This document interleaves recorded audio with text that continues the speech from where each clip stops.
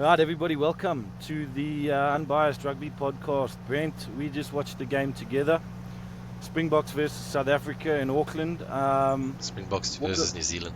Oh, sorry. Springboks versus New Zealand. It's 2 o'clock in the morning here. I'm in California, so you can understand. What a performance by the All Blacks. Brilliant. Absolutely brilliant.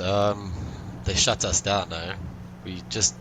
The first half we had no possession. Barely. Brilliant start by the All Blacks.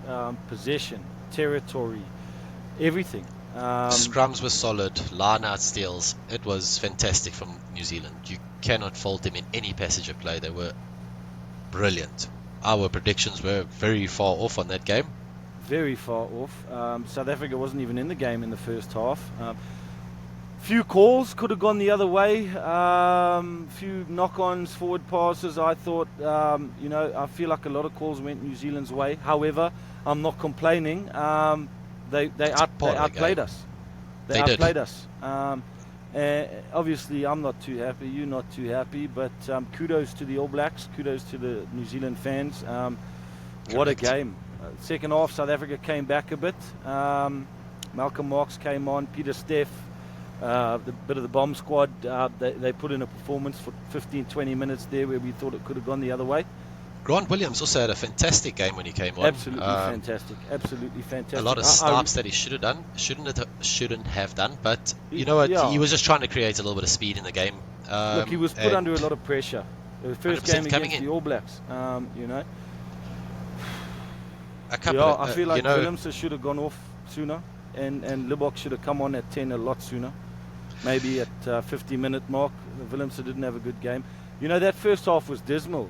Leroux dropping the ball with no one near him. Damien Dialendi dropping the ball, no one near him. I think what happened? Nerves just set in. I think the nerves just set in. These guys didn't play last week, so I think it was a little bit of a... Well, Leroux did, but still, it's just...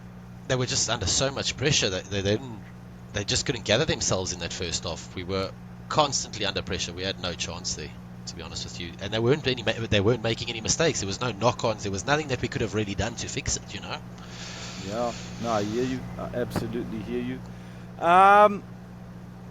Matthew Raynell and the touch judges, we spoke about it during the game. A little bit dodgy here and there, but like I said, I don't want to be the average South African going on about the ref, but like you said, they need to get that sorted before the World Cup. Look, we were very optimistic to think we were going to go there and win. We South Africans, of course, that's what we want, so that's what we'll predict. Look, I don't have much to say. New Zealand completely outperformed us. What a game. 100%. Aaron Smith kept that ball going out the ruck so quickly. Great game. Richie Mwanga had a fantastic game. What a game. I think he missed a one kick, eh? One kick, yeah.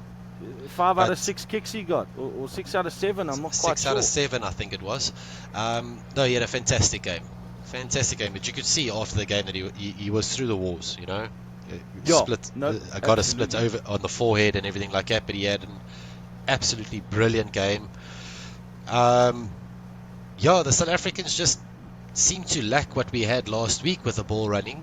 But then again, New Zealand's defence is something else. They shut us down. They shut our back line down so quickly. We had almost no line breaks. We had almost no territory. We had almost no possession. We got out-muscled. We got out-tackled. We got outplayed. We got out-skilled. I don't know. There's a lot to work on now. There's a lot to work on. I don't quite know what to say other than well done, New Zealand. Obviously condolences to Eben. Glad he played. Your father would be proud, mate. You had a hell of a game. Eben had a hell of a game. He really did. Bongi didn't perform in the first half. Kitsoff didn't perform. Malherbe. Our scrums, a couple of calls in the scrums could have gone either way. We just got dominated. We got dominated in the first half. Yeah. No, we did. The second half looked a bit better. It seemed to come together, but their rush defense put us under so much pressure. Their tackling was just immaculate. They were over the ball, stealing balls.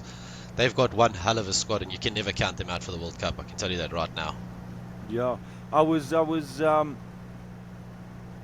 excited to see this match. I don't know about now. I stayed up till 12 a.m. In retrospect, I should have gone to bed. Yeah, New Zealand, kudos, well done. They're going to play, they retain the Freedom Cup. Correct, they diffused our bomb squad very quickly. They're going to go up against Australia in 2 weeks' time for the Bledisloe. And the way they played tonight and the way they played last week, I don't see them losing. I see them taking the championship. Did they score 4 tries? Yep. So they got the bonus points. Will Jordan, Richie Mwanga, Aaron Smith, and Frizzell. Did Frizzell score? Frizzell, yeah. Okay. I thought Sevilla went over for one, but maybe I'm wrong. Yeah. No, listen. Very disappointed. We were in that game for 25 minutes, from about the 50-minute mark till maybe 20 minutes, from the 45-minute to 65 minutes. That's when we were in it, and other than that, it was all New Zealand. I can tell you one thing. I think that this also comes down to coaching error. We both had very different strategies when we came into this. South Africa decided to send 10 players over to be fresh, no jet lag. New Zealand took their whole squad over to Argentina, and I just think that maybe their coach had it right with the bonding situation. With us, you know, we had it right in 2019 when we did this. It worked for us, but it didn't work this time. I mean, it was either a stroke of masterclass or it was a stuff up.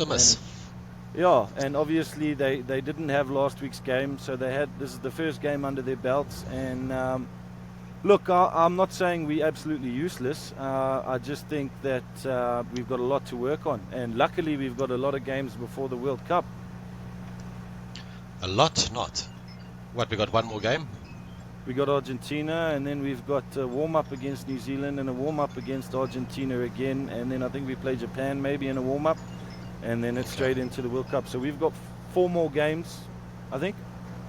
Yeah, something like that. So it's going to be interesting. But we've got a lot to work on. I mean, there are standout players. Ches and Colby had a great match for South Africa. What a 50-50 call on that try. I mean, I think he did knock it on there, but you know, I was jumping up and down. I think it was a fair call from the ref. I was jumping up and down as a South African, calling it a try, as you would. But I think it was a good call that it was lost forward. That would have been a game changer as well, I think. Oh yeah, definitely. That would have just given a little bit of momentum to South Africa, but it was a fair call. He didn't have control of that ball, even though I really wanted him to have it. But I mean, he almost pulled something out of the hat there. Yeah. He almost pulled. So he had a fantastic game. Faf de Klerk in the first half, I also think, had a brilliant game. I just think that we lacked a little bit of intensity in the first half. We were just caught on the back foot every time. We weren't making any line breaks, getting tackled behind our own gain. We didn't make any gain line, so success. No. And like you say, that first half, they were breaking our defensive line, making meters on every single run almost. Correct. So we just started off on the bad foot, and kudos to New Zealand. They took advantage. Absolutely, as you would. Yeah. Australia, Argentina, what are you expecting to happen now in about half an hour? It's going to be a close one, but I'm going to put my money on Argentina this time, man. I'm also thinking that. I really am. Although it's either going to go one of two ways. It's going to be close and Argentina pull it off, or Eddie Jones Wallabies are going to be coming back ravaging for a win after last week's defeat in Pretoria. Because I see that they still got Quade Cooper there at number 10. They're keeping him on. They're not going to give Gordon a chance there. But he's got to show something now. I think he's so old he needs to go for his eyes tested every time he tries to renew his license, and they've got him on the rugby field. I don't know, dude. I think he's still got something there. I just think it was a very difficult start for him first game against the Springboks last week. He just didn't show anything, but they're going to have to give that Gordon a little bit more game time if they want to use him for the World Cup. Because I mean, he came on and he did what he was supposed to do in the against the Springboks, you know. Absolutely. Standout players in this New Zealand Springbok game? Richie Mwanga, definitely. Absolutely, I was going to say the same thing. Richie you Mwanga. Can't keep that down now. Bowden Barrett had a brilliant game. But when does he not? When does he not? Let's be honest now. Yeah, you're right. And it was Geordie Barrett's 50th Test match today. He did brilliantly as well. Yeah. What's their halfback's name? Aaron Smith. Oh, cracker also of a first brilliant half game. there. Brilliant game. You know, he's just got such good ball distribution skills. You know, that ball comes flying out of. Yeah. Flying when out I'm of there, thinking of standout players, I'm not thinking of one South African. Cheslin Colby stands out for me though. Yeah, he did well, and Grant Williams did. Oh, I'm very impressed. Very impressed. And Malcolm Marx. Malcolm Marx always. Malcolm Marx he's always a standout player. I didn't see him get over the ball enough, but we didn't contest at ruck time, so you know. I think we were just fanning out so that we can stop their backline from absolutely thrashing us, and I think that was the game plan there, you know. Yeah, they dominated our set piece, which is shocking to me. They dominated the scrums, they dominated the lineouts. It just didn't go away. We just didn't. Masterclass from New Zealand. Eh? Yeah, we couldn't just build that dominance that we usually have against other teams, and they just shut us down. It was very well done from New Zealand. I'm at a loss for words. I didn't think that we would be shut down like that. Yeah, I absolutely hear you. What was that score there? 35-20 or what? Correct. 35-20 to New Zealand. 35-20. Stroke of masterclass from the All Blacks. Yeah.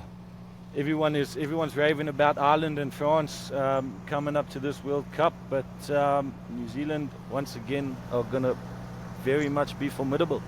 I definitely think they're still going in as the favourites.